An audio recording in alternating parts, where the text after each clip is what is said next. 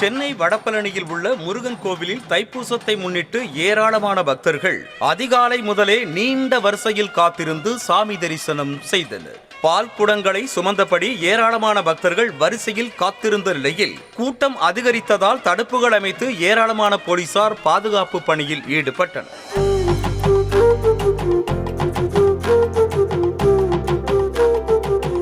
Chennai Broadway பகுதியில் உள்ள கந்தக்கோட்டம் முருகன் கோவிலில் தைப்பூசத்தை முன்னிட்டு முருகனுக்கு சிறப்பு பூஜைகள் நடைபெற்றன. வெகு விமர்சையாக நடைபெற்ற வழிபாடுகளில் திரளான பக்தர்கள் கலந்து கொண்டு சாமி தரிசனம் செய்தனர்.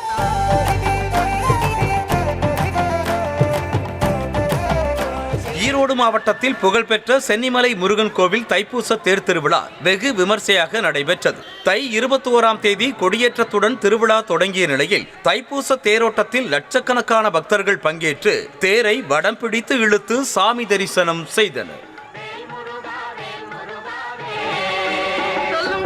காஞ்சிபுரம் மாவட்டம் ஸ்ரீபெரும்புதூரை அடுத்த வல்லக்கோட்டையில் தைப்பூசத்தை முன்னிட்டு ஸ்ரீ சுப்பிரமணிய சுவாமி கோவிலில் பக்தர்கள் கூட்டம் நிரம்பி வழிந்தது.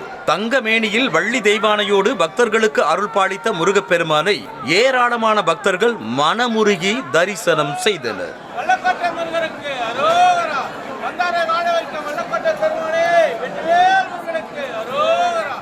புதுக்கோட்டை மாவட்டம் விராலிமலை முருகன் மலைக்கோவிலில் தைப்பூச திருவிழாவை முன்னிட்டு வள்ளி தேவசேனா சமேதராக மயில் மீது 6 முகங்களுடன் அமர்ந்திருந்த முருகனை காண பக்தர்கள் நீண்ட வரிசையில் காத்திருந்தனர். அதிகாலை முதலே பக்தர்கள் அதிக அளவில் திரண்டதால் பேரிகார்டு அமைத்து வரிசையாக பக்தர்கள் அனுமதிக்கப்பட்டனர்.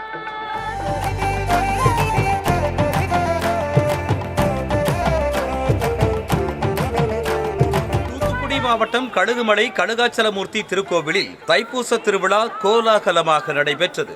முருகனை தரிசிக்க 1000த்திற்கும் மேற்பட்ட பக்தர்கள் அதிகாலை முதலே சுவாமி தரிசனம் செய்தனர். தொடர்ந்து நடைபெற்ற தேர் திருவிழாவிலும் ஏராளமான பக்தர்கள் பங்கேற்று தரிசனம் செய்தனர்.